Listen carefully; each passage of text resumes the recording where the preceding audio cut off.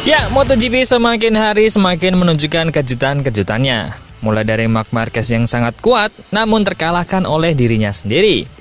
Yamaha yang tiba-tiba muncul di permukaan dan juga Alex Marquez yang sangat solid dengan motor lawas Ducati.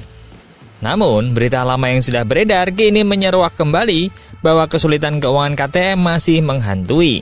Dan kini malah muncul berita bahwa tim balap KTM dijual. Dan juga ada berita Yamaha yang mengaku tak kuat tandingi Ducati dan Pecco Bagnaia yang mengecewakan, kata Gigi D'Aligna. Seperti apa lengkapnya kita bahas.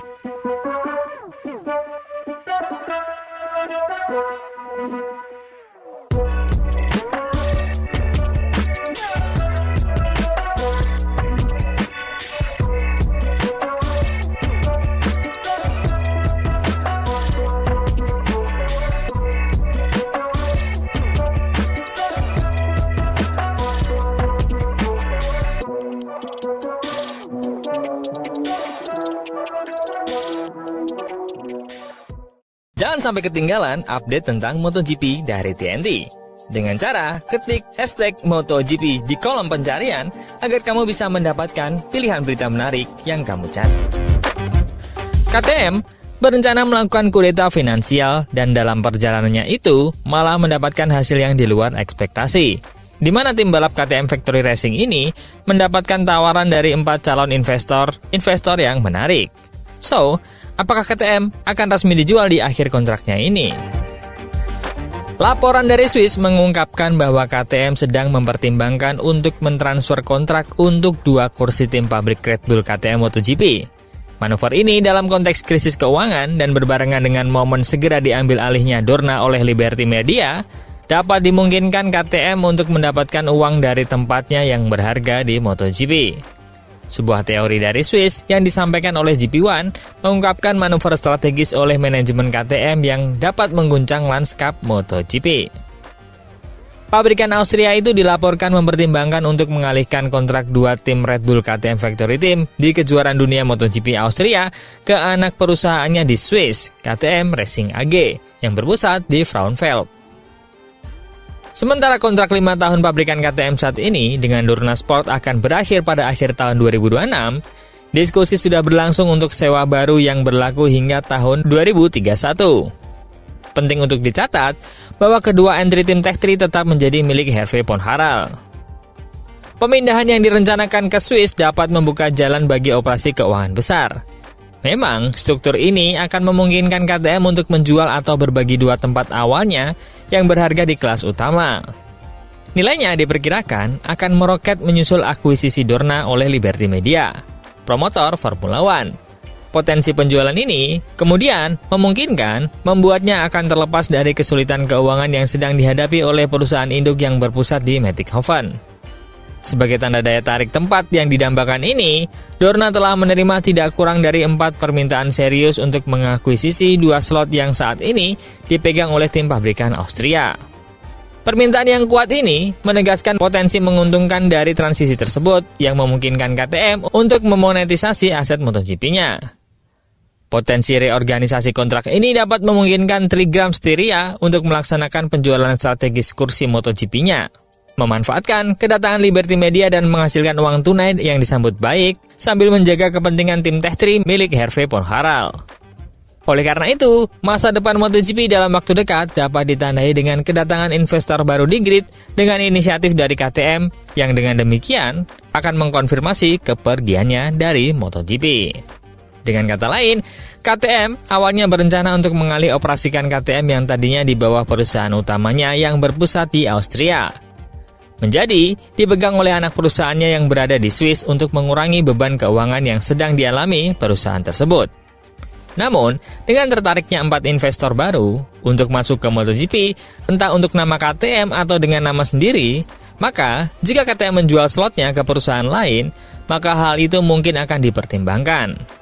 Sehingga kemungkinan KTM hanya akan ada sebagai tim satelit di Tech3 atau sama sekali tak ada lagi di MotoGP. Dan tentu Tech3 juga akan mencari partner baru. Apakah akan bergabung ke Ducati?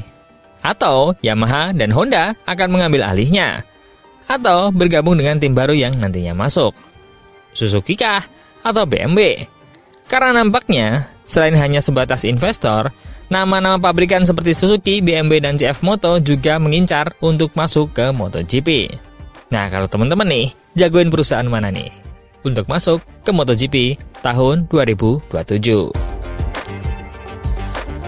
Berita kedua, misi Yamaha tahun 2025 yang terungkap setelah Direktur Yamaha mengaku bahwa tak sanggup mengimbangi Ducati. Tim Yamaha menutup bagian pertama musim dengan keseimbangan kemajuan, kehati-hatian, dan kritik diri. Direktur tim Monster Energy Yamaha MotoGP Mario Meregali memberikan refleksi mendalam di ZenTube tentang performa timnya, kemajuan teknis motor, dan aspirasi timnya untuk sisa kejuaraan. Sekarang, kami berada di tempat yang kami harapkan, kata Meregali. Meskipun dia mengakui bahwa hasil baik dalam tes Sepang mungkin telah menimbulkan ekspektasi yang berlebihan. Mungkin kami sedikit terlalu cepat di tes Sepang, sehingga meningkatkan ekspektasi. Tetapi kami tahu itu bukan potensi yang sebenarnya. Kesan pertama tentang apa yang sebenarnya dapat ditawarkan Yamaha baru muncul beberapa waktu kemudian. Kami segera menemukan potensi sebenarnya dari motor kami. Kami melihatnya di Thailand selama uji coba pramusim dan pada balapan pertama. Salah satu aspek yang paling menonjol adalah lompatan kualitatif dalam performa murni. Di Qatar, time attack kami meningkat 1 detik dibandingkan tahun lalu. Kami melakukan hal yang sama di Sepang selama uji coba musim dingin. Meregali menekankan bahwa kemajuan nyatanya telah terlihat di setiap sirkuit yang kami ikuti balapan tahun ini. Meregali menyoroti kolaborasi dengan tim Pramac dan juga pentingnya memiliki lebih banyak pembalap di lintasan. Memiliki 4 pembalap merupakan aset yang signifikan. Kami dapat memperoleh data 2 kali lebih banyak dari tahun lalu yang memungkinkan kami mempercepat pengaturan motor. Dia juga memuji Jack Miller. Awalnya, saya pikir gaya berkendaranya tidak cocok dengan motor kami. Namun, dia beradaptasi sejak awal dan memberi kami masukan yang sangat berharga. Terutama dalam kondisi cengkraman rendah atau saat beralih kering ke basah. Terkait Fabio Quartararo, Meregali terus terang. Dia menegaskan bahwa dia adalah seorang juara. Dia berkendara dengan sangat baik dan dia adalah salah satu pembalap yang dapat membuat perbedaan. Namun, dia menyesalkan apa yang terjadi di kota. Setelah sprint race yang luar biasa, dia jatuh di lap terakhir. Kami kemudian harus mengganti motor, dan Fabio akhirnya balapan dengan motor yang hampir tidak pernah dia gunakan sepanjang akhir pekan. Itu adalah situasi yang sulit. Mengenai Alex Rins, dia mengakui bahwa kami semua mengharapkan hasil yang lebih baik sebenarnya. Meskipun dia menekankan bahwa kemampuannya itu terhalang karena fisiknya, dan kini kemajuannya sudah luar biasa. Setelah Thailand, dia menjalani pemeriksaan medis di Italia dan sekarang kondisinya sudah jauh lebih baik. Dia sudah tidak lagi menggunakan krek dan sudah kembali berlatih seperti biasa. Rins menunjukkan tanda-tanda perbaikan di Qatar. Memasuki Q2 dari Q1 tidaklah mudah, dan dia berhasil melakukannya tanpa slipstreaming dengan lap solo yang hebat. Namun dalam balapan, dia menabrak batu di awal yang membuatnya kehilangan kekuatan atau rasa di lengan kanannya, dan itu mempengaruhi hasilnya. Mengenai tujuan jangka menengah, Meregali menegaskan, kami telah menetapkan podium sebagai tujuan kami untuk paruh kedua kejuaraan. Sebelum itu, fokusnya adalah pada konsistensi. Kami ingin selalu masuk ke Q2, memperkecil jarak dengan posisi pole, dan memiliki 2 pembalap yang lolos kualifikasi secara langsung. Di Qatar, selisih waktu antara Marc Marquez dan Fabio hanya sekitar 2/10 detik. Mengenai persaingan langsung Yamaha dalam hal pengembangan, Meregali menjelaskan, tujuan kami adalah untuk sedekat mungkin dengan Aprilia dan KTM. Kami selalu berada di level yang kurang lebih sama dengan Honda. Kami ingin menjadi generasi berikutnya setelah Ducati. Namun, dia mengakui bahwa mereka belum mencapainya secara konsisten. Dalam beberapa balapan, ya kami bisa. Tapi di balapan lain, tidak. Kami tahu potensi kami. Itulah tujuan yang ingin dicapai sebelum akhir tahun. Dan berita ketiga, ada Dalikna yang mengatakan bahwa Pecco Bagnaia mengecewakan. Seperti biasa, beberapa hari setelah Grand Prix, Gigi Dalikna mengungkapkan pendapatnya tanpa filter di LinkedIn-nya. Gigi Dalikna memuji konsistensi dan kecepatan Alex Marquez. Dan dengan baik hati, Gigi memarahi Marc Marquez sambil memuji keberaniannya untuk kembali balapan dengan motor yang rusak. Tetapi, di saat yang sama, dia mengkritik Pecco. Tidak hanya dengan membandingkan penampilan saat ini dengan masa lalu, tetapi juga pada penurunan penampilannya.